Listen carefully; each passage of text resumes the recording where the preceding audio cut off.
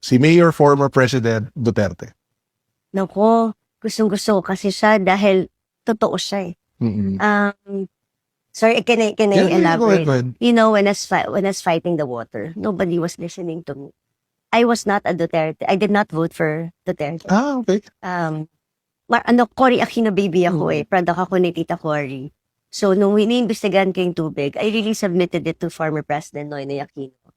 Pero no one was listening to me kasi nandun si Secretary Singson tsaka si Secretary Almendras. Eh, parehong Manila Water, Maynila diyan. So, naka-cordon ako. Hindi ako napapakinggan.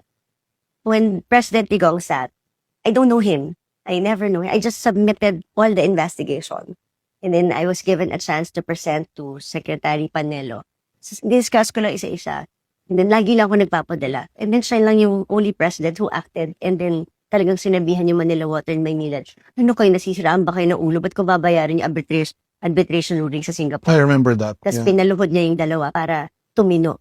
Lahat ng sinasabi ko, nangyari. Public utility company na sila ngayon. Pinagtatawanan ako, Carlo, a decade bago na-solve to. It only took the president, Digong, para mapakinggan yung matagal ko ng investigasyon sa tubig. Kaya, doon, makikita mo yung, kahit di kanya kilala, walang palakasan, facts lang. Tsaka yung first time namin naramdaman na nakakatulong kami sa mga ospital na talagang yung malasakit center was really something.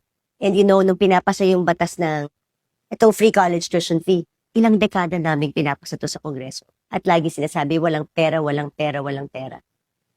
Pero nangyari noong panahon ni Digong. Ginawa niya ng paraan, nagkapera. Universal healthcare law is the same thing. Dahil ang tagal ko na, I've been in Congress since 2010. So makikita ko yung diferensya.